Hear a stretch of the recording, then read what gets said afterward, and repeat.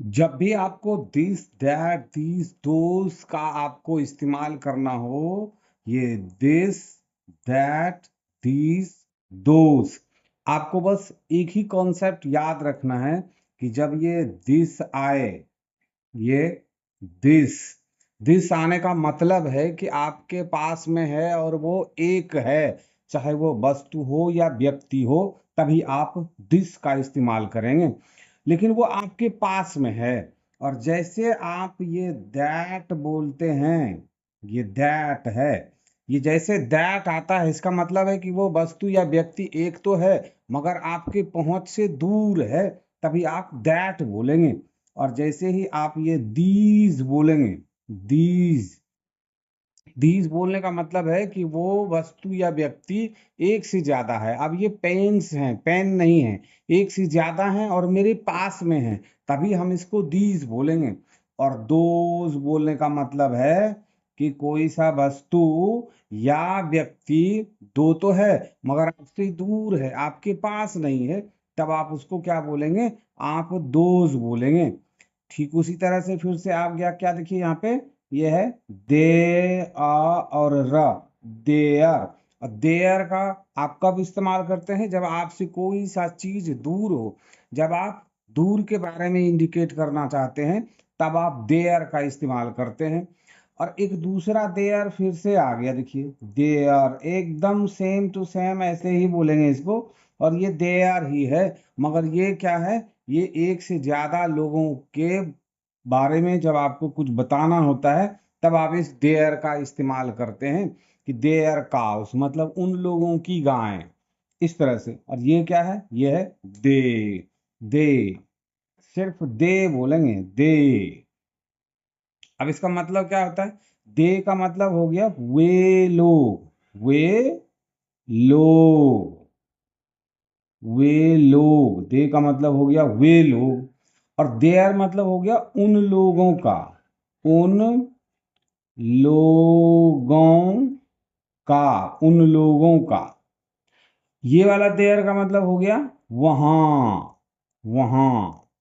और ये जो दोज है, दोज का मतलब हो गया वो, वो। और सब लास्ट में लगा दें, वो सब, मतलब एक से ज्यादा है, आपसे दूर है, वो सब। ये क्या है? दीज, दीज का मतलब क्या है? ये सब, ये और शब लगा दीजिए, मतलब जो भी है, ये सब, ये मतलब एक से ज्यादा है। और वो जब आपसे दूर है और एक से ज्यादा है, तब आप वो सब या फिर वो दोनों बोल सकते हैं, कोई दिक्कत नहीं। दैट का मतलब होता है वह, लेकिन कब? जब आपसे दूर हो। और दिस का मतलब होता है यह, कब? जब वो आपके पास हो। नमस्ते बच्चों, आज का जो ये वीडियो क्लास है वो एकदम से बेसिक लेवल के बच्चों के लिए है।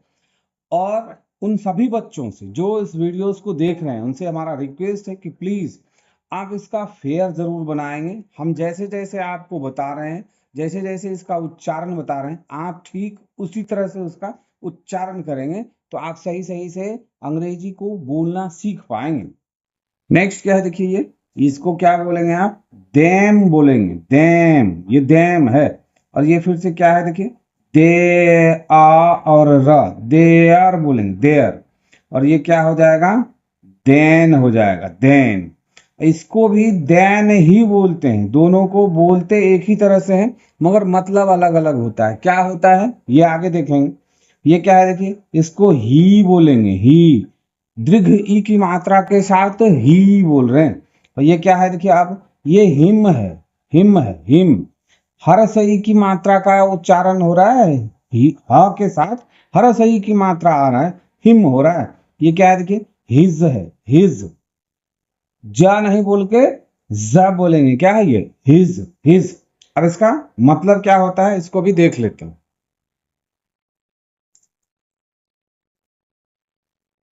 अब देखिए ये हिज, हिज क्या है? हिज है, इसका पॉजेसिव प्रोनाउन है। हिज का मतलब क्या हो जाएगा? उसका। जैसे his pen, his cow, his horse, his house, ऐसे बोलते हैं। हिम, हिम क्या है? ऑब्जेक्टिव प्रोनाउन है, मतलब उसका। ये प्रोनाउन को समझेंगे तो समझ में आएगा, नहीं तो कहेंगे इसका भी मतलब उसका और इसका भी मतलब उसका, ये क्या हो रहा है। तो आप प्रोनाउन की वीडियोस को आप देखेंगे तो सब कुछ समझ में आ जाएगा। ही का मतलब क्या हो गया, वह, किसके लिए, किसी व्यक्ति का नाम ना लेके आप उसके जगह पे वह जो बोलते हैं हम वहां पे ही बोलते हैं। देन का मतलब होता है ना बजाय, सिवाय, इसके अलावा, के बावजूद, इस तरह का सेंस आएगा। ये ग्रामेटिकली टर्म एंड कंडीशन में आप अच्छी तरह से समझ पाएंगे, यहाँ पे आप नहीं समझ पाएंगे। ये देन का मतलब यहाँ पे हो जाएगा तब, या फिर भी हो जाएगा, फिर। ये देयर का मतलब फिर से वही हो जाएगा, उन लोगों का, उन लोगों का, उन लोगों का। और देम मतलब फिर से दे सब्जेक्टिव प्रोनाउन है, और देम जो है ऑब्जेक्टिव प्रोनाउन है, मतलब क्या हो जाएगा, वे लोग। इसको ऑब्जेक्ट में इस्तेमाल करते हैं, इसको सब्जेक्ट में इस्तेमाल करते हैं। क्या ऑब्जेक्ट होता है, क्या सब्जेक्ट होता है, ये जब सेंटेंसेस वाले वीडियोस में जाएंगे तो वहां मैं बहुत कुछ बता रहा हूँ। ग्रामर को भी थोड़ा बहुत बता रहा हूँ, और ऑक्सफोर्ड का जो करेंट का, जूनियर का और बेसिक का, तीनों का ट्रांसलेशन एक्सरसाइज चल रहा है। उसके प्लेलिस्ट में जाके देखेंगे तो इन सब चीजों को अच्छी तरह से आप समझ पाएंगे। वीडियो क्लास अच्छा लग रहा हो तो लाइक जरूर करेंगे, और कमेंट्स करके ये जरूर बताएंगे कि वीडियो क्लास आपको कैसा लगा। ठीक है, नेक्स्ट क्या है, देखिए ये सी है। क्या है ये, सी है। इसको बच्चे सी बोल देते हैं, ये सी नहीं है। तालब सवाला शी है। ये क्या है, ये शी है। और ये क्या है, देखिए हर, हर। ये क्या है, मी। ये इसको क्या बोलेंगे, आई बोलेंगे, आई। इसको आई नहीं बोलेंगे। जब भी आप इसको पढ़ते हैं ना, स्पेलिंग में जब कहीं आए, MINE बोलेंगे, यहाँ पे इसको आई बोलेंगे। लेकिन जब इसको एक शब्द के रूप में बोलते हैं तो ये आय है, इसको आई नहीं पढ़ेंगे। ये क्या है, माय। इसको माई नहीं पढ़ेंगे, माय है ये, माय। और ये क्या है, माइन है, माइन। ये क्या है, वी है। ये क्या है, आवर, आवर। और ये क्या है, सॉरी, अश है, अस, अश। ये अस फिर से क्या हो, वी का मतलब हम लोग होता है। वी का मतलब क्या हो गया, हम या हम लोग। ठीक है, तो ये सब्जेक्टिव प्रोनाउन हो गया, इसी का ये ऑब्जेक्टिव प्रोनाउन है, तो इसका भी मतलब हो जाएगा हम लोग। ठीक है, और ये आवर डॉग, आवर विलेज, मतलब ये पॉजेसिव प्रोनाउन है, इसका भी मतलब होगा हमारा। ठीक है, ये माइन और माई, इस दोनों का मतलब हो जाएगा मेरा, मेरा, मेरी, जिस तरह से आप समझना चाहें, दोनों तरीके से हो जाएगा। इसमें भी हमारा हमारी दोनों होगा, इसमें हमारा और हमारी दोनों होगा। ठीक है, और आई का मतलब क्या हो गया, मैं। और मी का मतलब क्या हो गया, मुझे, मुझे। ये ऑब्जेक्टिव प्रोनाउन है, ये सब्जेक्टिव प्रोनाउन है, ये एक दूसरे का पूरक है। ये इसको सब्जेक्ट में इस्तेमाल करते हैं, इसको ऑब्जेक्ट में इस्तेमाल करते हैं, इसको ऑब्जेक्ट में इस्तेमाल करते हैं, इसको सब्जेक्ट में इस्तेमाल करते हैं। इसका भी मतलब होगा वह, और इसका भी मतलब हो जाएगा वह। जिस तरह से यहाँ पे इसका भी मतलब हुआ वह, इसका मतलब हुआ उसका, उसका। ठीक उसी तरह से यहाँ वह और उसका, उसकी भी कह सकते हैं, उसकी। ये लड़की के लिए है, शी का मतलब हुआ वह, मतलब लड़की, और ही का मतलब हो गया लड़का। ये अंतर है, और कुछ भी अंतर नहीं है। नेक्स्ट ये क्या है, देखिए ये डू है, डू। ये क्या है, इसको बहुत सारे लोग डोज पढ़ देते हैं, डोज नहीं है, ये क्या है, ड और ज, डज है। और इंग्लिश में यहाँ पे एक बात को ध्यान रखेंगे, जैसे ही एस का उच्चारण, ज का उच्चारण आए तो ज नहीं, ज का उच्चारण होता है, डज है। ये क्या है, देखिए ये डिड है, डिड। ये क्या है, वॉज। देखिए वॉज है, वॉज। इसको क्या बच्चे बोलते हैं, वेयर, वेयर नहीं है, ये क्या है, वर है। ये क्या है, हैव है, हैव, हैव। और ये क्या है, हैज, हैज है, हैज। और हैज का मतलब क्या होता है? या तो है, दूसरा पास है, तीसरा में है, इतना होना है। और इसमें भी वही हो जाना है। वर का मतलब क्या हो जाएगा? थे, थी। वॉस का मतलब हो जाएगा था, थी। डिड का मतलब क्या होता है? डिड का मतलब हो जाएगा किया। और कहीं कहीं पे डिड का भी मतलब था होता है। वो कब होता है? जब आप सेंटेंसेस को बनाएंगे, वहां पे होता है। वहां हम आपको डीप में जाके बताएंगे। जब आप पास्ट इंडेफिनिट के सेंटेंसेस को बनाते हैं तो वहां पे डिड का इस्तेमाल होता है। डज, डज का मतलब क्या हुआ है? करता है, सॉरी, करता है। और डू का भी मतलब होता है करता है। क्या टर्म एंड कंडीशन है ये आगे के वीडियोस में बताएंगे, लेकिन यहाँ पे सिर्फ इसका मतलब बता दिए कि इसका मतलब सिर्फ है भी होगा और करता है दोनों होना है। डू का मतलब काम करना भी होता है।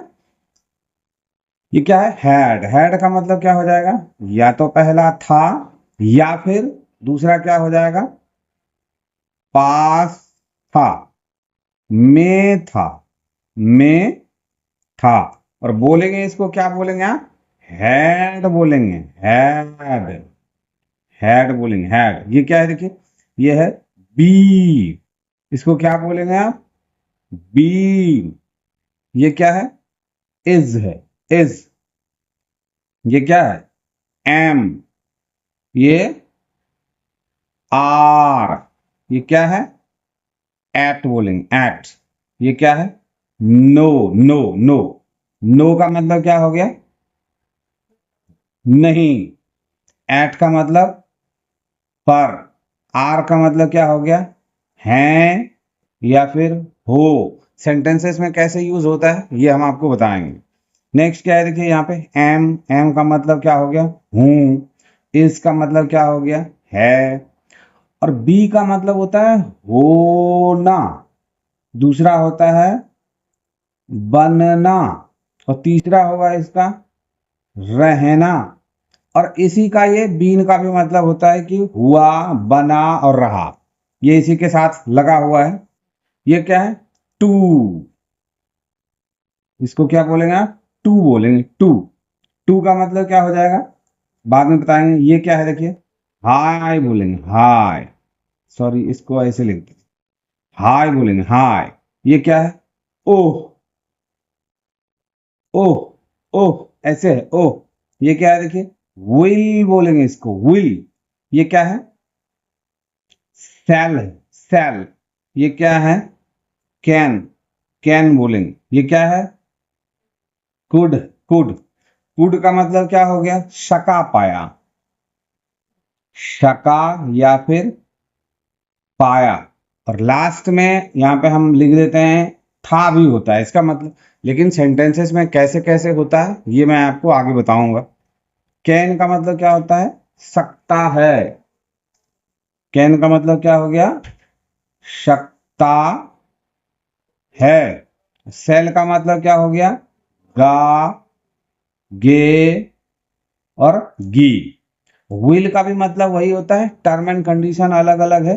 तो ये दोनों का मतलब यहाँ पे होना है, लेकिन टर्म एंड कंडीशन है कि किसके साथ विल लगेगा और किसके साथ सेल लगेगा। फर्स्ट पर्सन सिंगुलर प्लूरल के साथ आप सेल का इस्तेमाल करते हैं, सिर्फ सबके साथ आप विल का इस्तेमाल करते हैं।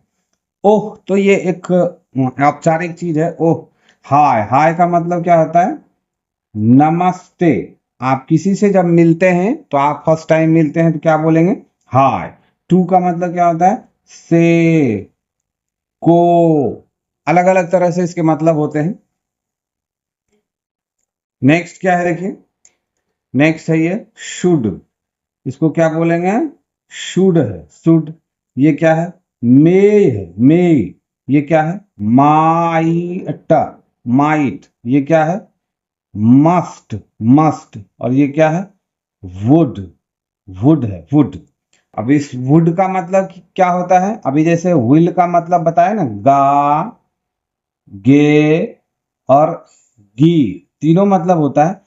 उसी तरह से इसका भी मतलब होता है, और इसका और भी बहुत सारे मतलब होते हैं। तो जब इसको हम पढ़ाएंगे तो आप वहां पे देखेंगे तो इसका टर्म एंड कंडीशन किस तरह से आता है। जब आप प्रेजेंट में फ्यूचर के सेंटेंसेस को बोलते हैं तो आप वहां पे इस वुड का इस्तेमाल करते हैं।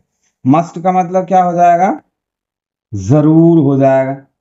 माइट का मतलब क्या होता है? शकता था, शकता था। अभी कैन का मतलब बताए, शकता है, और माइट का मतलब क्या हो गया? सकता था।